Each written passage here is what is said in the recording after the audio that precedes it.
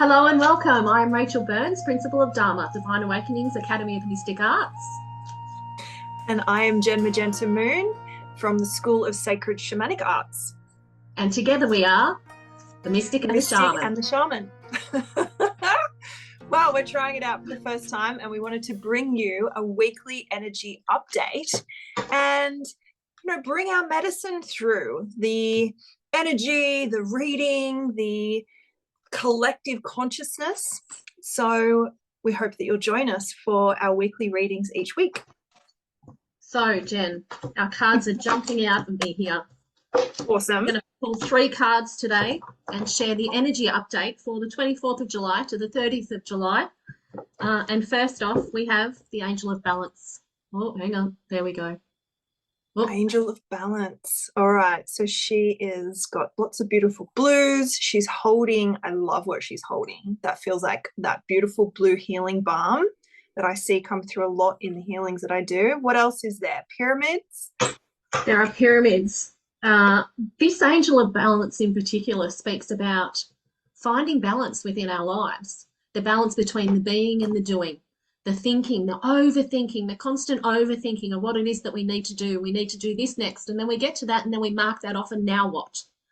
It's a constant mental activity that we're sitting in and running with that really serves to disconnect us from our truth, from our hearts, and from our bodies. And what we're really needing to do is connect in with all those parts of ourselves, because we are a holistic being. And it's through connecting holistically with ourselves that we're able to, in the most effective way, connect with our higher selves and with the information that's coming through. And this then brings us on to the thinking woman. This woman knows who she is. She knows what she's here for. She knows the reason of her being.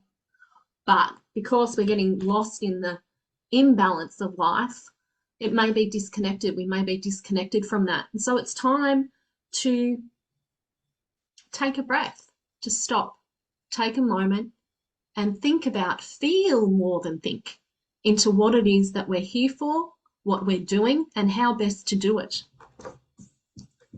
The last 2 cards that have been called in today is the Temple Path. This is our sacred journey.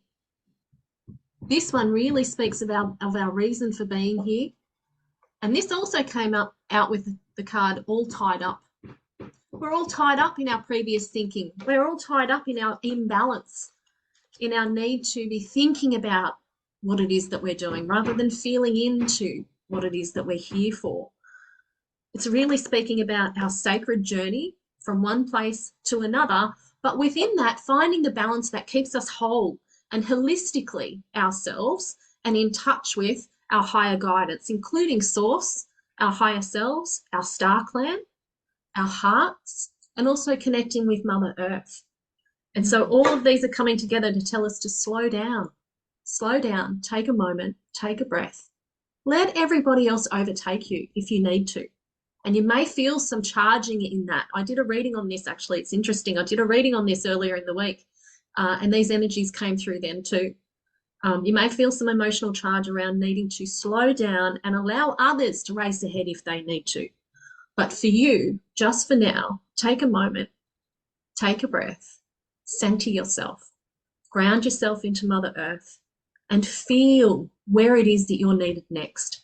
Feel where your energies will have the biggest and the most effect, both for yourself and for others, and step into that holistic journey, that sacred journey of discovering you and your ultimate, most expansive being, rather than that small ego that tells us we have to do this, we have to do that, we need to do that now, and then this, and then that, and then that, and then that, and then that. It's really important to just slow things down and take a deep breath, connect in with the heart, and find the truth of who you are. Powerful. Super powerful stuff, isn't it? Yeah. Look, this is so on point. Just yesterday, I woke up feeling flat and tired and exhausted. And so often when we get into that place, it's like, oh, what's wrong? What's happening? What do I need to do? How do I fix it? And I got such a clear message from my guides to go outside, to rest, rejuvenate, get into nature, get out into the sunlight. And I honestly feel 100% better today because I did that and I allowed myself to stop. So instead of wondering what's wrong and, how have we not, are we unwell or there's some energies going on, sometimes we just need to recuperate. And especially as we are shifting into this new paradigm, we are looking at a new way walking, a new way forward, a new way to operate, which isn't about productivity and do anymore. There's a different way of achieving, there's a different way of success, and there's a different way of productivity. And that is going to include really having spiritual discipline. What do you need in this moment? Is it to rest? Do you feel now guided to go into that creative project that's been calling to you? Do you need to go and spend some time cooking really good, nourishing food and going and eating it outside and actually admiring the vista instead of looking at your device and doing things while you're eating, so your body's nervous system and ability to digest isn't slowed down? So there's lots we can do around creating this balance, because that balance is going to then give you mental clarity. It's going to help to regulate your emotions, and your energetic vibration is therefore going to be higher. So when you notice that you are dipping in emotions, in energy levels, maybe you're feeling a bit overwhelmed or exhausted, that is your cue to go and do some self-care. And, it's hard when we're in winter here in the Southern Hemisphere to necessarily get outside every day. Sometimes it's not appropriate weather-wise. So how do we do that when we're indoors and not just get on the couch and watch Netflix? It's like finding ways that are nourishing. Maybe it's some creativity. Maybe it's listening to a book. And it's getting into a pattern with this so it becomes your normal. As you were talking, Jen, my team are talking to me about us being the magic. We are the magic, not what we can do, but how we can be. It's through our energetic being, through our refining and uplifting and raising of our vibration that we're able to affect the greatest change energetically.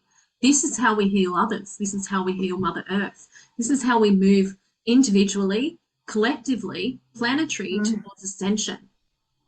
This is where the gold is in being, not doing. So this is a really strong message for all of us this week in this week's energy update about being and paying particular attention to our energetic frequency. What vibration are we sitting at? What is it that we're really, really holding on to? What's in our energetic basement? The real crux of it, when we pull everything else away, what is it that's left in that energetic basement, and at what frequency does it sit? Because that's where we need to be looking to make a huge amount of change in that, and that then affects change on an outward level.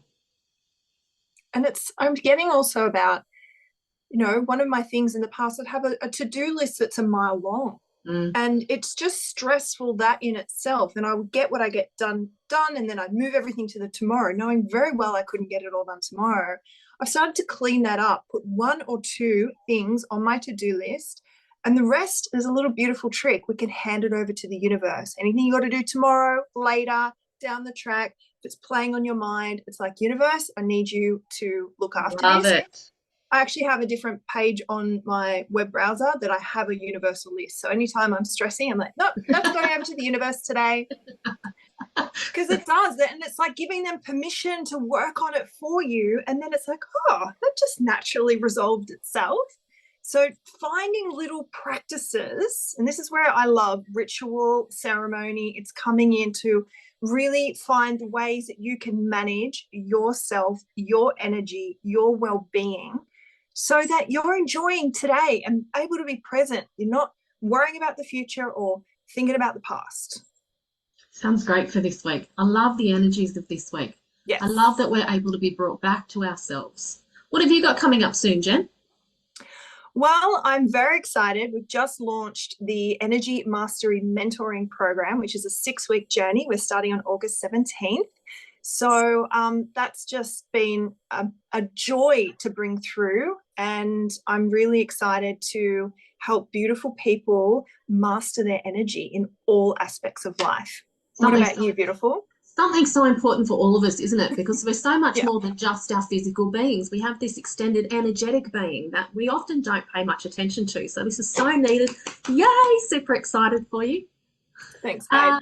Truth and Tribe is on every week with D.A.A.M.A. We have a group of like-minded people who come together in their tribe, and we discuss higher meanings of different spiritual wisdoms. We do readings. We do healings. I deliver light language. I channel, connecting with my star team. It's the one place where I offer everything that I offer in one place. So Truth and Tribe is on every week. You can find the details on my website, which is www.D.A.A.M.A, which is DAAMA.com.au. And where can we find your stuff, Jen? Beautiful, babe. I'm so excited for all those beautiful souls that get to experience Truth and Tribe and your amazing medicine. Good fun. Well, to contact me to find out what's going on with the School of Sacred Shamanic Arts, you can visit www.majentamoon.com, and Majenta spelt with a J in it instead of a G. And you can also look at private shamanic healings. I do Akashic record readings, spirit guide readings, and customized ceremonies. Sounds fantastic. So looking forward to seeing you next week for next week's energy update. I'm excited to see. Very much so. Thanks for joining us for the Mystic and the Shaman, and we'll see you next week.